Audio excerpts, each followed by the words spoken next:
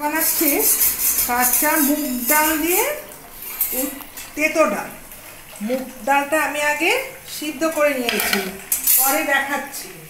তা আমি আগে প্রথমে সর্ষে তেলই রান্না হবে, সর্ষে তেলটাকে আগে বসিয়ে নিলাম। তার মধ্যে দিচ্ছি একটু তেজপাতা, আর যেহেতু শুক্তো হবে আমি এখানে জিরে ফোড়নই দিয়ে দিচ্ছি। ফোড়নটা যার যার ইচ্ছা, কেউ পাঁচ ফোড়ন দেয়, কেউ রাঁধুনি দেয়, কেউ শুক্তো, তা আমি একটু জিরে ফোড়নই দিয়ে দিলাম। এটা জিরে ফোড়নটা জিরেটাও হলো, আর সঙ্গে তো আদা দিতেই হবে। আদাটা আমি গ্রেট করে এবার তেলের মধ্যে ছেড়ে দিলাম। এটা আমি বেশিক্ষণ ভাজবো না। এইবার কী করতে হবে, উচ্ছেটাকেও তেলের মধ্যে ছেড়ে দিলাম। উচ্ছেটাকেও বিচিটা ছাড়িয়ে নিয়ে আমি এভাবে কেটে নিলাম। কারণ বিচি জিনিসটা একদম তোমরা খাবে না, যে কোনো বিচি, উচ্ছে বলো, পটল বলো। আর এই সবজির মধ্যে পেটে বিভিন্ন কী হয়, হজমেরও গণ্ডগোল হয়, পেটে ব্যথাও হতে পারে, হজম থেকে নানান ধরনের রোগের উপশম হয়। এইবার আমি কি করছি, এই হাতা দিয়ে আমি কী করেছি, ডালটাকে না পুরো সিদ্ধ করিনি, প্রেসারের ঢাকনা খুলে হাফ সিদ্ধ করে নিয়েছি। আর কড়াইতে করলে না ডালটা অনেক টাইমও নেয়, সিদ্ধও হয় না। অনেকে বলে প্রেসার কুকারের ডাল গলে যায়, কিন্তু সিটিটা দেবে না বা গার্ডারটা দেবে না, বা সিটি দিলে গার্ডারটা না দেওয়াই ভালো, তাহলে ওখানে বাষ্পটা বেরোয় না। আমি সিটিটা দিয়েছি, কিন্তু প্রেসার কুকারে গার্ডারটা দিই না।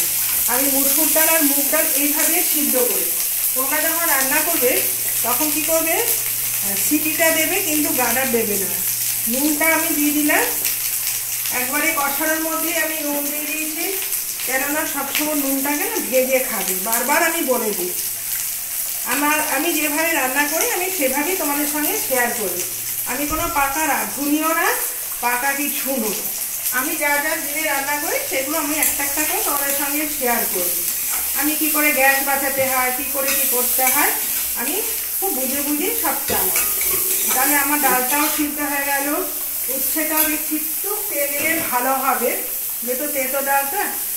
উচ্ছেটাকে একটু কড়া করে ভেজে নিচ্ছি, লাল লাল হওয়ার জন্য অপেক্ষা করছি। এই দেখো উচ্ছেটা দেখো এখনো কালার ছাড়েনি, মানে আর একটু হবে।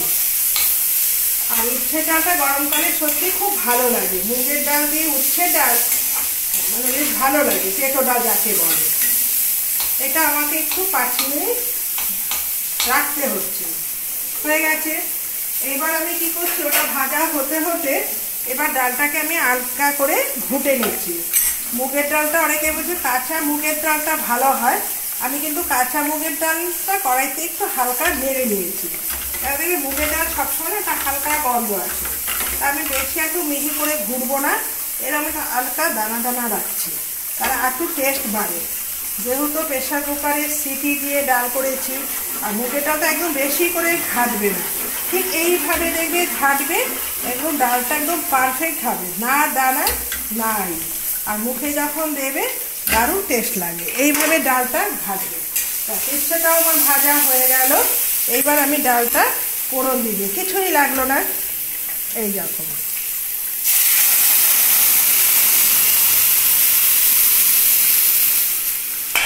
আমার একদম পারফেক্ট সব হয়ে গেছে। এর মধ্যে আমার আর কিচ্ছু দিতে হবে না, যেহেতু ব্যালেন্সের জন্য মুগের ডাল, আর যে কোনো একটু শুক্তোর মধ্যেও আমরা মিষ্টি দিই। দেখেছো ডালটা কি সুন্দর কালার বেরিয়ে গেছে, একদম নামাত্রে হলুদ, আর তেতোটা ওপর দিয়ে ভেসে উঠেছে। ব্যাস আমার ডালটাও রান্না হলো। এর মধ্যে আমি দুটো জিনিস অ্যাড করব। এক হচ্ছে একটু মিষ্টি, মুগের ডালের মধ্যে একটু মিষ্টি না দিলে না টেস্ট লাগে না। দেখবে শুক্তোর মধ্যে একটু চিনি দিয়ে দিলাম, অল্প একটু চিনি দিয়ে দিলাম, আর সাথে একটু দিয়ে দিচ্ছি ঘি। ঘিটা কিন্তু শুক্তোর মধ্যে মাছ দিতেই হবে। এই দেখো এবার আমি ঘিটাও দিয়ে দিলাম, একদম ঘিটাও দেখো গরম আছে, ঘিটা গলে যাচ্ছে, তাহলে বোঝা যাবে আমাদের এখন গরম আছে। আমার ঘিও দেওয়া হয়ে গেল, আর ডালটাও হয়ে গেল। যেহেতু ডালটা সিদ্ধ করা আছে, বেশিক্ষণ ফুটতে টাইম লাগে না। আর প্রেসার কুকার থেকে নামিয়ে কি করবে, ডালটা সিটি হওয়ার অপেক্ষা, তাহলে জ্বালানিটা অনেকটা সাশ্রয় হবে। এই ডাল দেখে অনেকে রান্না সিদ্ধ করে ঠান্ডা করে রেখে দেয়। আমি কী করি, একবারে মশলা হতে হতে আমার ঢাকনাও খুলে আসে। দেখবে টাইমটা যদি অ্যাডজাস্ট করে নেওয়া যায় সব কাজই তাড়াতাড়ি হয়। এবার বানাবো পটলের রসা। পটলটাকে আমি ডুমো ডুমো করে কেটে রেখেছি। পটলটা না আমার ধুতে ভুলে গেছি, একবার ধুয়েছি। এবার যেহেতু কয়েকটি সবজি আছে আমরা তো আর জানি না, ভিজিয়ে রাখবে। এবার পটল ভাজার জন্য আমি জিরেটা এখন দেবো না, আগে আমি কী করছি, আলু আর পটলটা ভেজে নিচ্ছি। আলুটাকে ভেজে আমি আগে তুলে নেব। এর সঙ্গে আমি দেবো একটু হলুদ আর একটু কাশ্মীরি লঙ্কার গুঁড়ো। কোনো লাল লঙ্কা দেবো না, কেননা এটা কী হয়, ভাজার কালারটা তাড়াতাড়ি চলে আসে। এই দেখো, দেখবে একদম সাথে সাথে লাল হয়ে যাবে।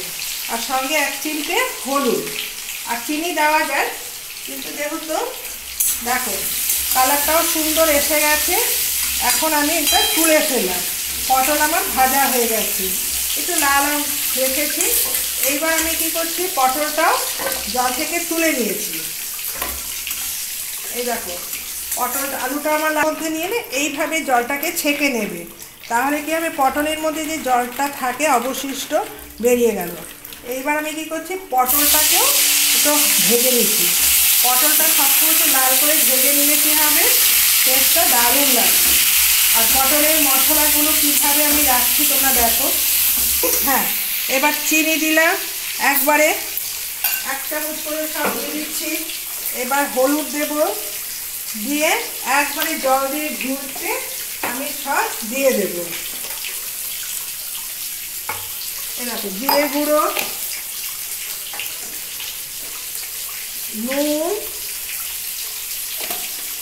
হলুদটা দেওয়া হয়নি মনে হয়, তাও হলুদটা একটু কম আছে। আর একটু পটলের মধ্যেও দিয়ে দিলাম, এখানেও একটু হলুদ দিয়ে দিলাম, তাহলে আমার একটা জিনিস শান্তি রয়েছে। এবার দিয়েছি লঙ্কার গুঁড়ো, কালারটা দেখো, খুব সামান্য মশলা দিয়ে আমি পটল কষা করছি। এইবার আমার পটলটাও সুন্দর ভাজা হয়ে গেছে। এইবার একটু তো জল দিয়ে মশলাটাকে আমি কি করছি, একটু ঘুটে নিচ্ছি। এইভাবে একটু 1 সেকেন্ড রেখে দেবে। এইভাবে মশলা কী হয়, বাটার সময় যে জলটা দেওয়া হয় আমরা সেভাবে দিচ্ছি। এবার পটলটাও দেখলাম লাল হয়ে গেছে। এই দেখো পটলের কালারটা দেখেছো, এর মধ্যে আলুটাও দিয়ে দিলাম। এইবার আমি কী করছি, মশলাটাও আমি দিয়ে দিচ্ছি। এই দেখো মশলাটা আমি ঠিক এইভাবে দিয়ে দিলাম। একদম পটলটা হচ্ছে রসা। এখন না ঝোল খেতে কারোরই ভালো লাগে না, মানে পটলের ঝোল, মাছের পাতলা ঝোলটা ভালো লাগে টাটকা মাছের, তা এটা আমার সিদ্ধ গা মাথা অবস্থায় রাখতে হবে। একদম অল্প একটু জল দিয়েছি, একদম কষা কষা রসা রসা পটল। তোমরা সঙ্গে দেখি।